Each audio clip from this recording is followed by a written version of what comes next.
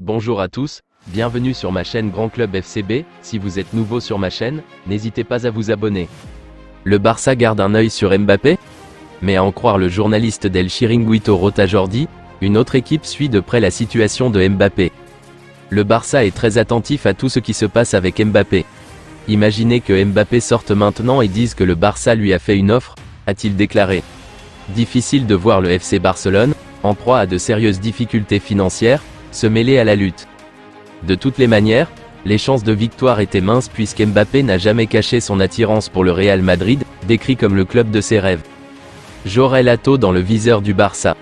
Les dirigeants du FC Barcelone auraient coché le nom d'une pépite de l'Ajax pour le prochain mercato. Selon les informations relayées par Roque Fichares, il s'agit de Jorel Atto. Âgé de 17 ans, ce dernier fait actuellement le bonheur de l'Ajax Amsterdam où son contrat se termine en juin 2025. Apparu à 32 reprises cette saison, un but, l'international néerlandais aurait de nombreuses touches pour l'an prochain. Une chose est sûre, le club catalan devra aller vite sur ce dossier car les lanciers feraient le forcing pour prolonger leur jeune pépite. Un accord serait même proche d'être trouvé. L'entraîneur du Barça, Xavi, était présent ce vendredi en conférence de presse à la veille de la réception de Retafe. Retafe est une équipe courageuse. Nous jouons à domicile demain, samedi, et nous avons besoin de nos fans. Retafe n'est pas une équipe défensive. Ils sont courageux. C'est une équipe très organisée et le travail de José Bordalás est digne d'éloge. Il y aura quelques changements dans la composition, mais pas beaucoup. Il est temps pour les joueurs importants de jouer. Nous n'avons pas beaucoup de temps pour nous reposer. Ma décision de partir est la bonne, le titre, encore possible? Nous nous battrons pour la Liga tant que cela sera mathématiquement possible. Sa décision de partir à la fin de la saison, ma décision de partir est nécessaire. Je vois que l'équipe a fait un pas en avant et que nous sommes mieux en compétition, mais ma décision est la bonne. Le technicien espagnol a logiquement été invité à s'exprimer à ce sujet, et il a décrit ce à quoi devait ressembler son successeur. Mon successeur devrait maintenir la ligne de l'ADN du Barça mais cela doit être le président et Deco qui doivent décider, a-t-il sobrement indiqué. Les Catalans peuvent être rassurés. De quoi rapidement faire naître des rumeurs sur l'identité de son successeur, avec des pistes comme Hansi Flick, Roberto de Zerbi, Ralf Rangnick ou Rafa Marquez, l'actuel entraîneur de la réserve.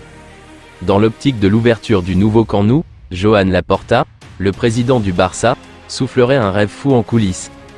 Depuis le coup d'envoi de la saison 2023 à 2024, le FC Barcelone a dit adieu à son mythique Camp Nou pour des travaux de rénovation pour s'installer dans le stade olympique de Montjuïc.